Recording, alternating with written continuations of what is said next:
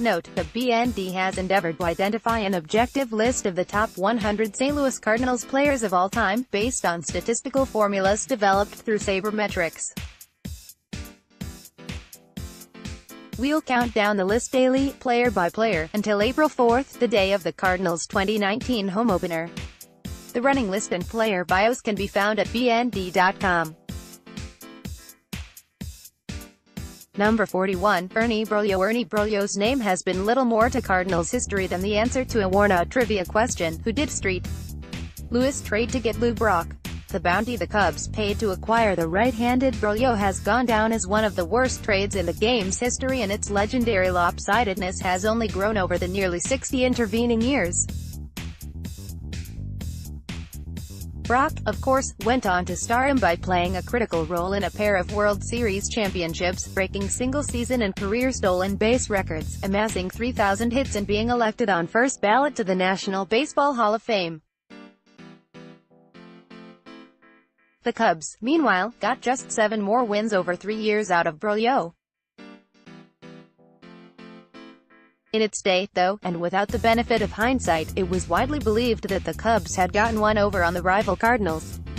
Outside of Chicago, little was known about Brock, a speedy outfielder who nonetheless had slashed a very pedestrian .258, .300, .382 in 1963, his second full season in the big leagues.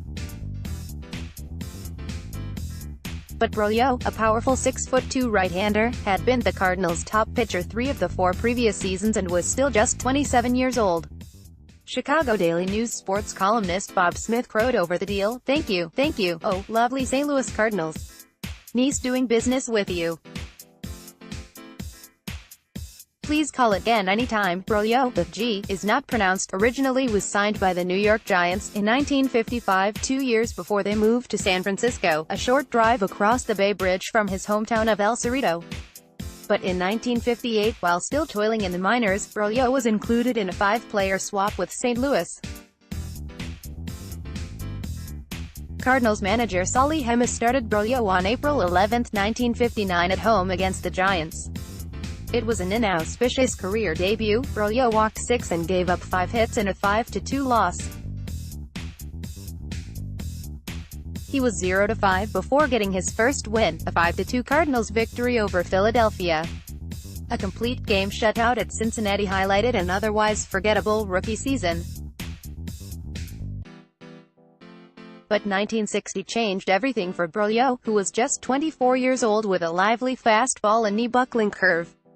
In the first 3 months of the season, Hemis used him mostly out of the bullpen with just 5 spot starts.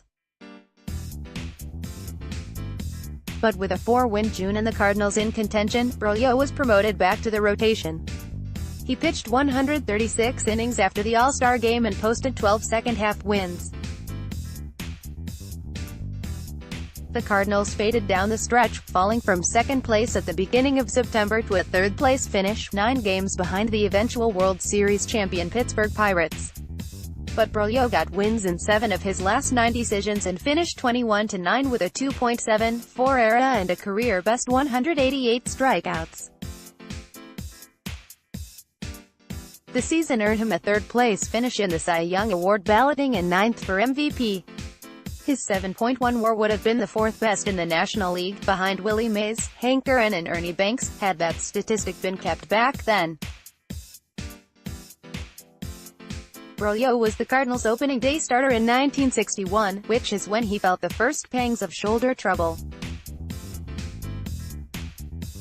In a 2016 interview with the San Jose Mercury News, Broglio said it took 18 cortisone shots to get him through the season. That's 5 years' worth, he said his doctor later told him.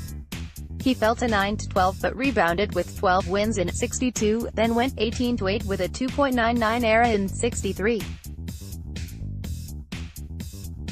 By June 15 of the following year, the Cardinals were stuck in a deep slide.